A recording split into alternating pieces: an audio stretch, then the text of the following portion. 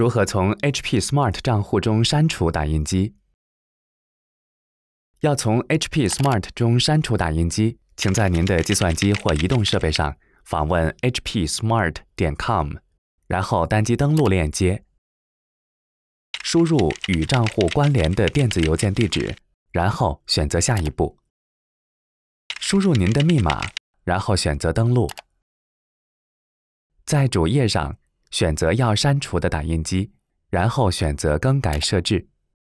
根据您的 HP Smart 版本，可能会自动显示您的打印机设置。选择删除打印机，确认所显示的是正确的打印机，然后选择删除。您的打印机现在已从 HP Smart 账户中删除。